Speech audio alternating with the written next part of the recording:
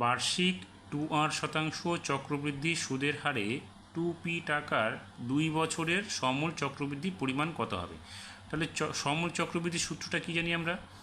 সমূল চক্রবৃদ্ধি সূত্র জানি হচ্ছে আমরা p into 1 plus r/100 n।